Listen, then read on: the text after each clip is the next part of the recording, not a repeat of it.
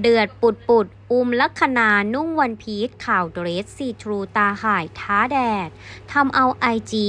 ลุกเป็นไฟอีกแล้วค่ะสำหรับอุ้มลัคนาที่ล่าสุดได้เหินฟ้าไปเที่ยวพักผ่อนสุดชิลพร้อมเช็คอินค่ะที่ประเทศกรีซโดยมาในลุควันพีชสีครีมคลุมทับด้วยเดรสซีทรูตาข่ายยาวสุดเซ็กซี่